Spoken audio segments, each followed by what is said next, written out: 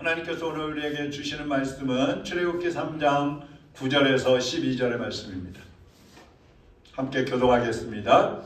이제 가라. 이스라엘 자손의 부르짖음이 내게 달하고 애굽 사람이 그들을 괴롭히는 학대도 내가 보았으니 이제 내가 너를 바로에게 보내어 너에게 내 백성 이스라엘 자손을 애굽에서 인도하여 내게 내가 모세가 하나님께 아뢰되 내가 누구기에 바로에게 가며 이스라엘 자손을 애굽에서 인도하여 내리이까? 하나님이 이르시되 내가 반드시 너와 함께 있으리라. 내가 그 백성을 애굽에서 인도하여 낸 후에 너희가 이 산에서 하나님을 섬기리니 이것이 내가 너를 보낸 증거니라. 아멘.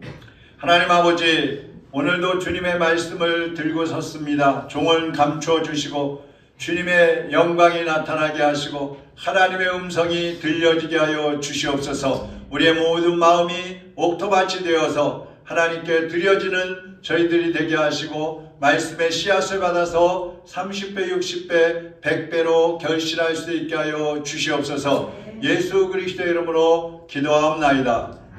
아멘. 지난 수요일부터 사순절이 시작되었습니다. 이 사순절은 예수님의 고난과 예수님의 십자가를 묵상하면서 우리의 생활을 절제하고 또 죄는 회개하면서 40일 동안 보내는 그러한 시간입니다. 주일을 빼고 4월 19일까지 사순절로 우리가 지키고 있습니다. 여러분의 생활도 하나님 보시기에 부끄럽지 않도록 절제하고 또 회개하면서 믿음의 시간들을 가지시기를 바랍니다. 우리나라는 땅이 좁고 산과 바다로 둘러싸여 있어서 광야가 없죠. 그런데 중동 지역에 가면 광야들이 많이 있습니다. 이 광야에는 물도 없고 돌과 모래가 많고 밤에는 춥고 또 낮에는 더운 곳이 광야입니다.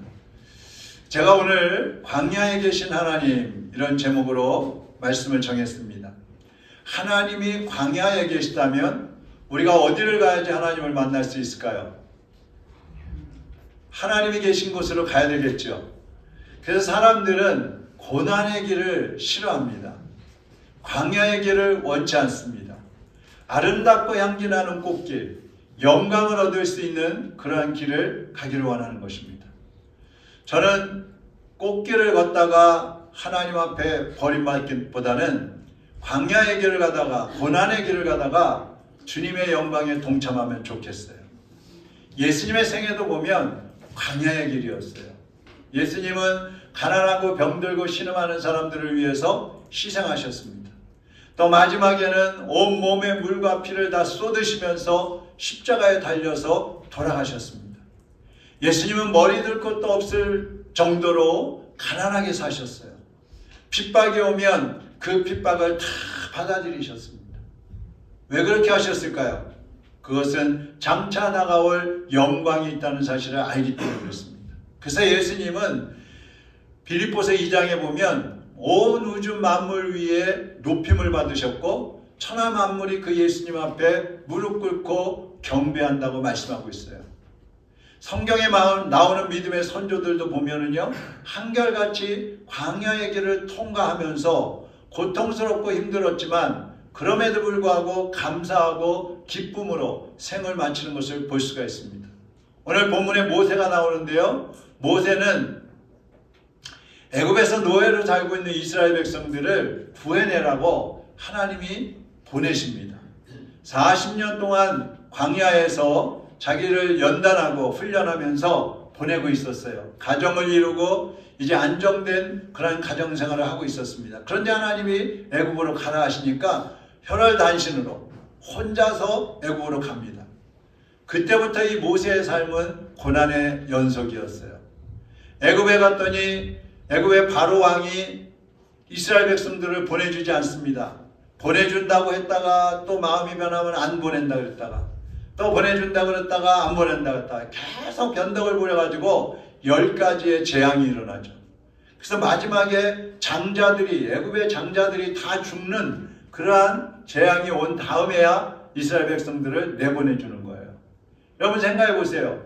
하나님께서 애굽에 있는 그 이스라엘 백성들을 구해내라고 하셨으면 가면은 한 번에 내보내 주셔야 될 거 아니에요. 하나님이 가라고 하셨으니까. 그런데 그렇지 않았다는 거예요.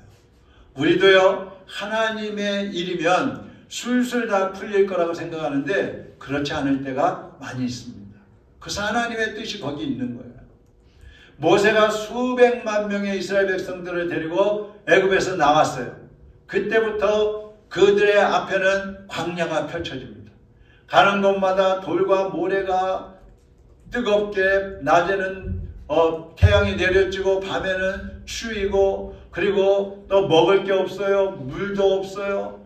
불평과 원망과 모세를 막 돌로 때려 죽인다고 하고 막 그런 아주 오합지졸의 그런 상태로 가게 됩니다.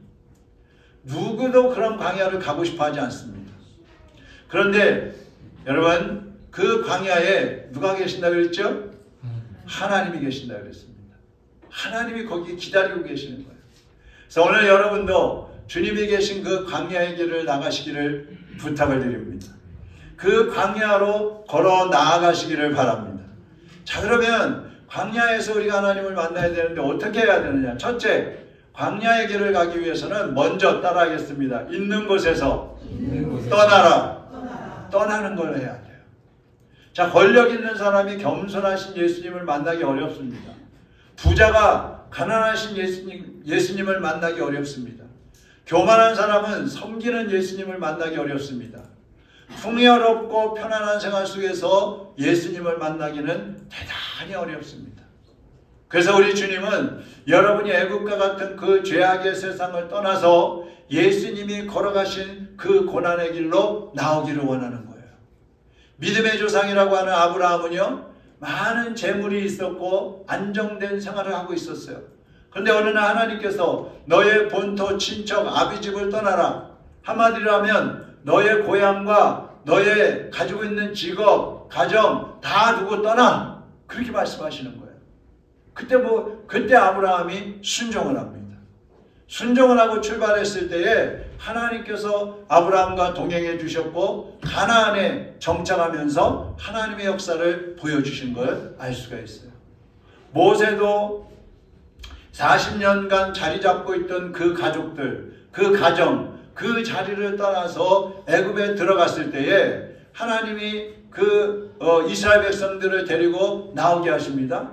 근데 그때 가는 곳이 광야라 말이에요. 광야. 아주 살기 좋고 먹을 거 많고 풍족한 그런 땅이 아니라 광야로 들어가는데 그곳에서 하나님을 온전히 만나는 거예요. 이스라엘 백성들도 애굽에서는요, 하나님을 제대로 만나지 못했어요. 그러니까 우상을 섬기고 노예로 살면서 고통스러우니까 그때 하나님을 찾기 시작하고 광야로 나가서 하나님을 온전히 만나는 거예요. 다윗 왕은요, 왕이 되기 전에 사울 왕이 자기를 죽이려고 합니다. 그러니까 다윗이 도망다니는데 광야로 도망다녀요. 그 광야길에서 약속의 하나님, 구원의 하나님을 만나게 되는 것입니다. 여러분, 예수님도요, 얼마든지 안정된 생활을 하실 수 있어요. 얼마든지 편안한 가운데 사역을 하실 수 있어요. 그런데도 예수님은 광야길에서부터 시작을 하십니다. 공생애를 시작하시기 전에 광야에 나가서 40일 동안 금식하시면서 이제 광야 생활이 시작이 됩니다. 그때부터 십자가에 달리실 때까지 계속해서 고난의 길을 걸어가시는 걸 볼 수가 있어요. 그저께 지난 금요일 날 복음의 전함이라는 곳에서 블레싱 페스티벌이라는 그런 예배를 드렸어요. 일산 킹텍스에서. 그 대표가 고종민이라는 장로님입니다. 세종한교회 장로님인데 이분이 본래 광고 회사를 했어요.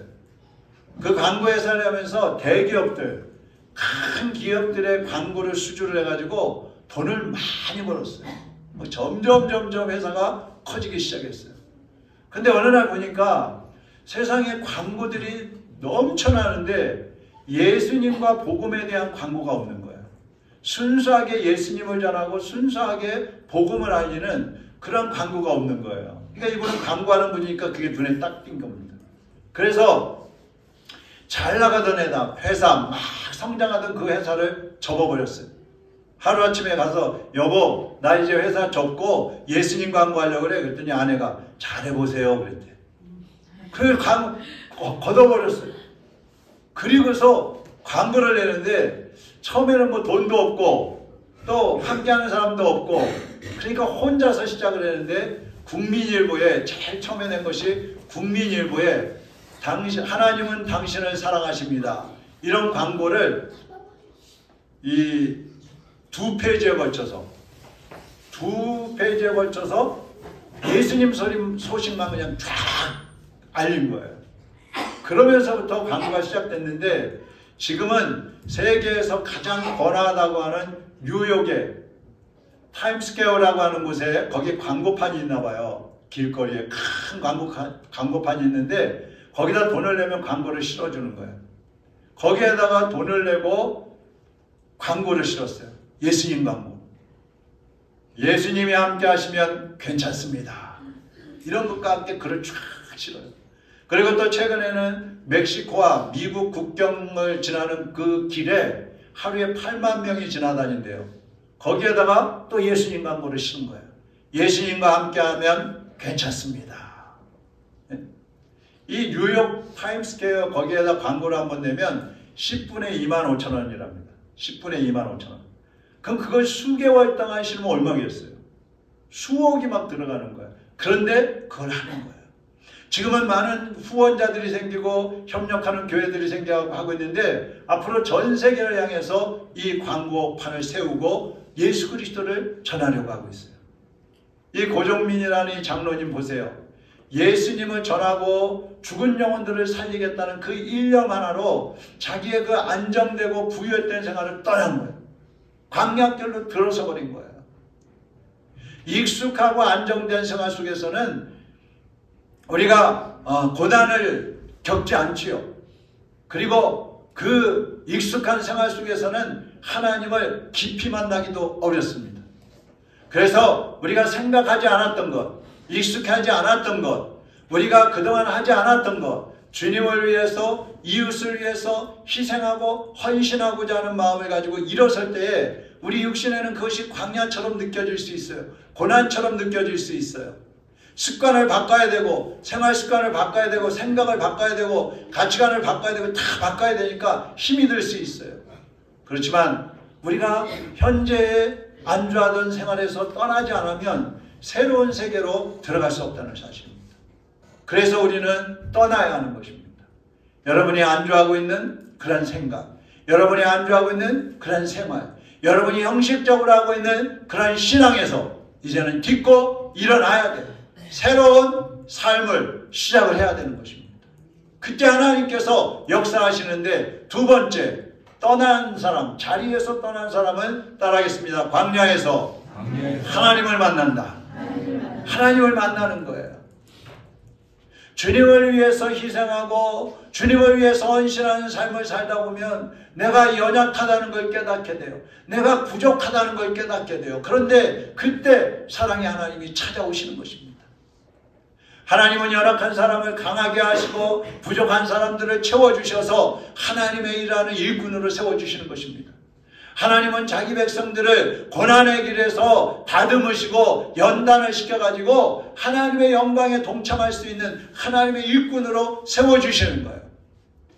이스라엘 백성들은 광야에서 죄악의 옷을 벗기시고 의로운 옷으로 갈아입혀 주시는 그 하나님을 만날 수가 있었어요. 여러분 신약에 예수님의 제자들 많이 있잖아요. 베드로 얼마나 성미가 급한 사람이에요. 그 실수도 많이 합니다. 나중에 예수님을 부인하기도 했습니다. 사도 바울, 이 사람은 사도가 되기 전에 예수님을 핍박하고 그리스도인들을 잡아 죽이던 사람입니다. 야고보, 요한, 이 사람들은 아주 거칠고 또 이 욕심이 있어가지고 위로 올라가고 싶은 그런 교만함이 있는 사람들이에요. 근데 이 교만하고 거칠고 포악한 이런 사람들이 예수님을 만남을 통해서 어떻게 됐어요? 하나님의 위대한 일꾼들이 된 것입니다.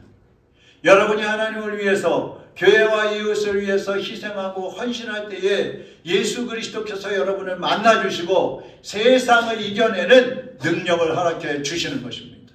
그러니까 여러분, 하나님 내게 응답해 주세요, 응답해 주세요, 만나 주세요, 만나 주세요. 기도만 하지 마시고요. 내가 그러면 지금 떠나야 할 자리가 무엇인가? 내가 지금 딛고 일어나야 할 것이 무엇인가? 지금 내가 바꿔야 될 생각, 습관이 무엇인가? 그거 먼저 찾아보시고, 고난의 길처럼 보이지만, 광야의 길처럼 보이지만 주님을 위해서, 이웃을 위해서 가야 할 길을 가시기를 바랍니다. 그때 주님을 만나는 거예요. 주님 만나면 다 끝난 거잖아요. 뭐가 부족해요? 주님을 만나면 순교를 해도 괜찮다는 거예요.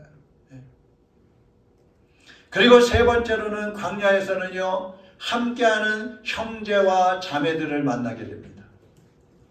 가난하거나 병이 들거나 아니면 소외된 사람들은요, 자기가 혼자라는 생각 때문에 외롭고 고독해요. 그래서 예수님은 우리들에게 교회라는 공동체를 주는 거예요.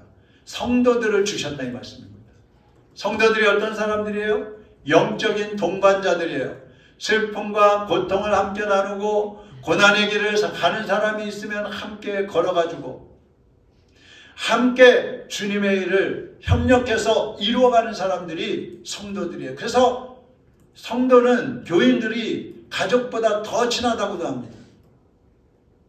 사실 우리는 예수 그리스도의 피로 맺어진 그런 관계이기 때문에, 예수님과 한 몸인 그런 관계이기 때문에 사실 이 육신의 피를 나는 사람들보다도 더 가까운 거예요. 더 친밀한 거예요. 모세가 애굽에서 바로 왕에게 내가 하나님의 백성들 데리고 나갈 테니까 보내주시오 그랬을 때 바로 왕이 그럽니다. 장정들만 데리고 가라. 장정들. 그때 모세가 그럽니다. 아닙니다. 남녀노소 이스라엘 사람들은 한 명도 빠짐없이 다 데리고 나가겠습니다. 이게 무슨 얘기냐면요, 광야를 갈 때에는 혼자 가면 안 된다는 거예요. 형제 자매들 모두가 함께 가야 된다 이 말입니다. 이 세상은 어떻습니까? 너무나 위험해요. 힘들어요. 그래서 믿음을 지키고 희생하면 사람들이 오히려 비난하고요, 또 환경도 성도들의 편이 아니에요. 성도들이 신앙생활하고 사회생활하는데 어려운 것이 환경입니다. 그런데 핍박이 언제 핍박이 올지 모르잖아요. 그래서 그 핍박이 오면, 그 고난이 왔을 때, 사회에서 소외되었을 때 그때 어떻게 하라고요? 그때 함께 해주라고, 그때 함께 걸어가 주라고 주님께서 성도들을 허락해 주신 거예요. 예수님은 제자들을 뽑으실 때요, 한 사람 뽑지 않았어요. 3명만 뽑지도 않았어요. 12명만 뽑지도 않았어요. 때로는 70명씩 뽑았어요. 그리고 제자들을 각 마을로 보내면서 복음을 전하러 보내시는데 얼마나 위험한지 양을 이리 가운데 보내는 것과 같다, 그렇게 말씀하실 정도예요. 그때도요, 혼자 보내지 않습니다. 둘씩 짝을 져서 보냅니다. 왜 그랬을까요? 서로 의지하고 서로 협력해서 복음을 전하라는 것입니다. 지금 시골에 가면은요,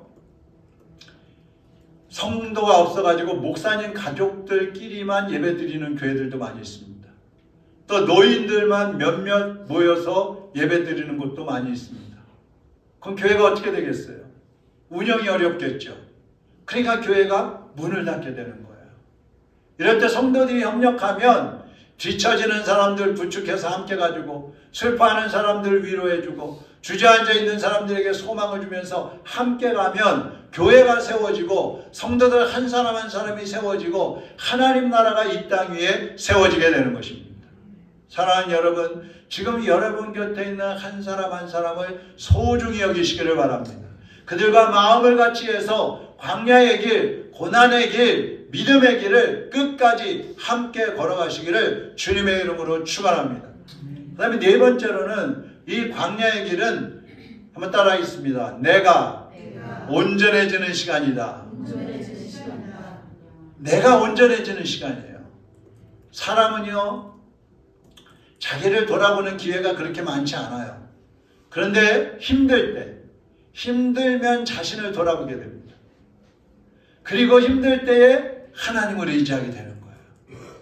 이 새로운 도전이라는 것은 시작부터 힘들게 되어 있어요. 그런데 주님을 위해서 살다 보면 여러분이 온전해지고 또 훈련되어지고 주님과 더 친밀해지는 것을 느낄 수가 있어요. 하나님은 여러분이 앉아든 그 생활에서 일어나 교회를 세우고 또 연약한 영혼들을 만져주고 함께 해줄 때 그 어려운 길을 갈 때에 주님께서 여러분을 온전히 세워주시는 것입니다. 그래서 어떤 사람들은 일부러 자기의 몸을 단련하기 위해서 일부러 훈련을 하고 일부러 영적인 훈련을 하기 위해서 금식을 하기도 하고 산에 들어가서 기도하기도 하고 그러는 거예요. 광야라는 찬양이 있습니다. 광야. 우리 한번 가사만 한번 같이 한번 보도록 하겠습니다. 같이 한번 천천히 한번 읽어보죠. 왜 나를 깊은 어둠 속에 홀로 두시는지, 어두운 밤은 왜 그리 길었는지, 나를 고독하게 나를 낮아지게 세상 어디도 기댈 곳이 없게 하셨네. 광야에 서 있네. 주님만 내 도움이 되시고 주님만 내 빛이 되신, 주님만 내 친구 되시는 광야. 주님 손 놓고는 단 하루도 살 수 없는 곳 광야에 서 있네. 왜 나를 깊은 어둠 속에 홀로 두셨는지, 어두운 광야 왜 그리 길었는지, 나를 고독하게 나를 낮아지게 세상 어디든 기댈 곳 없게 하셨네. 광야에 서 있네. 주님만 내 도움이 되시고 주님만 내 빛이 되시는, 주님만 내 친구가 되시는 광야. 주님 손 놓고는 단 하루도 살 수 없는 곳 광야. 주께서 나를 사용하시려 나를 더 정결케 하시려 나를 택하여 보내신 그곳 광야. 성령이 내 영을 다시 태어나게 해준 곳 광야에 서 있네. 내 자아가 산산이 깨지고 높아지려 했던 내 꿈도 주님 앞에 내려놓고 오직 주님 뜻만 이루어지기를, 나를 통해 주님만 드러나시기를 광야를 지나며. 여러분, 이 가사를 한번 쭉 묵상해 보세요. 주님이 얼마나 우리를 사랑하시는지, 주님 없이는 우리가 어떻게 살아갈 수 있을까? 주님 없이는 살아갈 수 없다. 그러나 우리가 현재 광야의 길을 가는 것 같을지라도, 고난의 길을 가는 것 같을지라도 성령님이 내 안에 계시고 주님이 나와 함께 하시면 그 고난의 길도 천국 길이 되는 것입니다. 광야의 길은 주님과 함께 가는 길이기 때문에 그 길은 세상이 이길 수도 없어요. 우리를 넘어뜨릴 수도 없어요. 성도들만이 걸을 수 있는 승리의 길이 바로 광야의 길인 것입니다.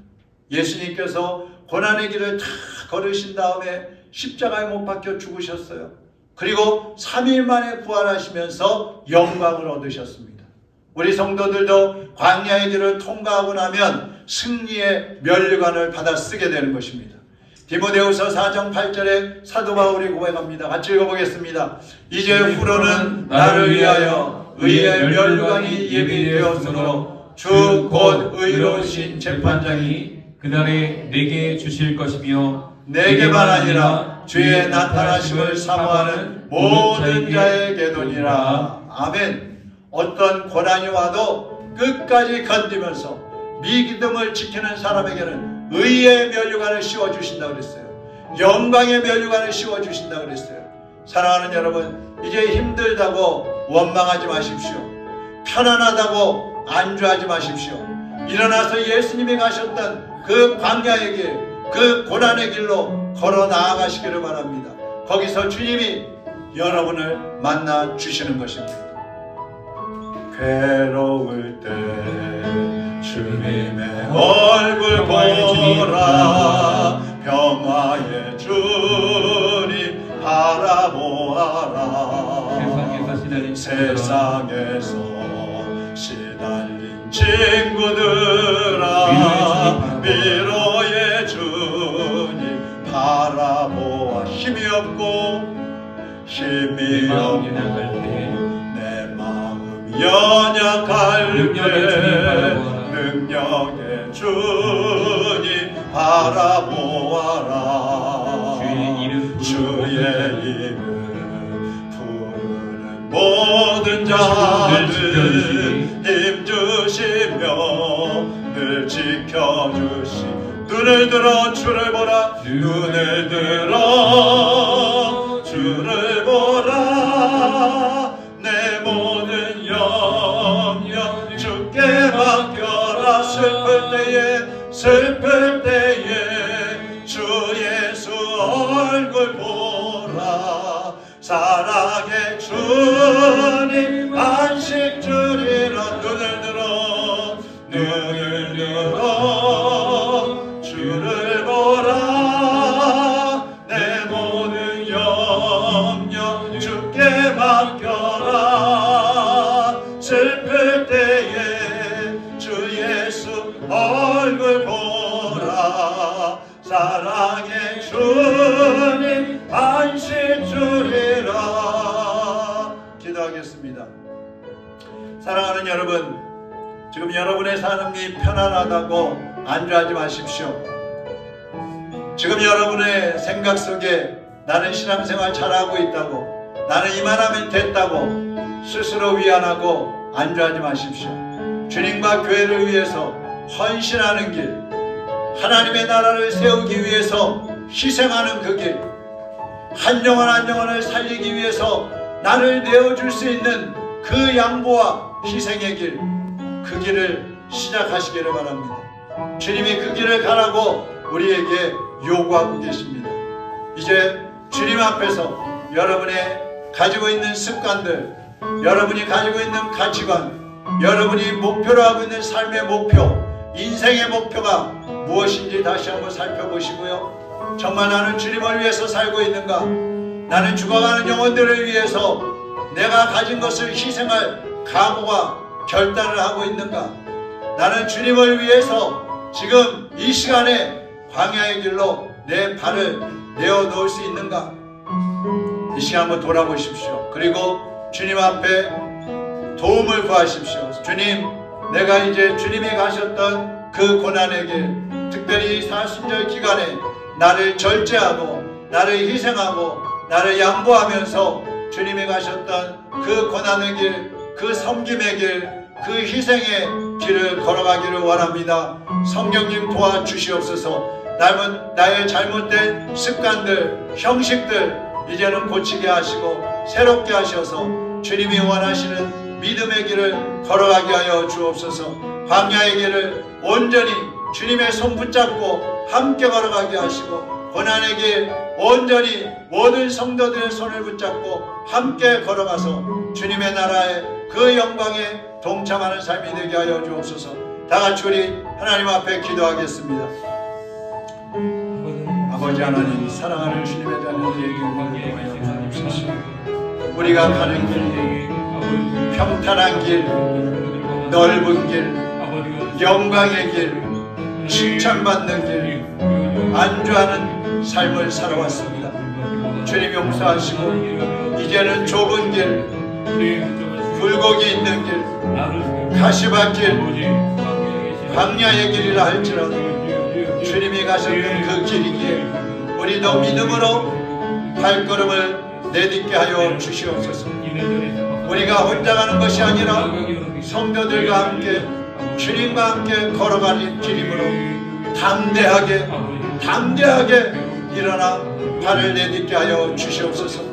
나를 희생하고 내가 양보하고 내가 손해봄으로 인하여 한 영혼이라도 더 구원할 수 있고 한 사람이라도 더 세울 수 있다면 주님 그 길을 걸어가게 하여 주시옵소서. 나에게 주신 하나님의 은사와 건강과 물질로 주님의 나라를 세우고 죽은 영혼들을 살리는데 사용할 수 있게 하여 주옵시고, 오늘부터 걸어갈 때 우리 자신을 절제하고 주님과 함께 믿음의 길을 내딛게 하여 주시옵소서. 하나님 아버지, 우리 모두 광야의 길이 싫습니다. 고난의 길 싫습니다. 우리 희생하고 싶지 않습니다. 가진 것 놓고 싶지 않습니다. 주님, 그러나 주님은 단호하게 내려놓으라고 하시고 일어나라고 하시고 희생하라고 하시는데 감당할 수 있는 은혜를 주시옵소서.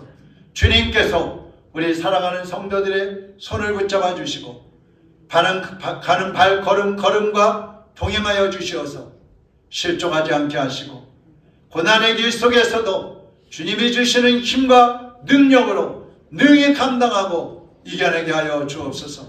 주님의 영광에 동참하는 거룩한 주의 백성들이 되게 하여 주시옵소서. 예수 그리스도의 이름으로 기도하옵나이다. 아멘.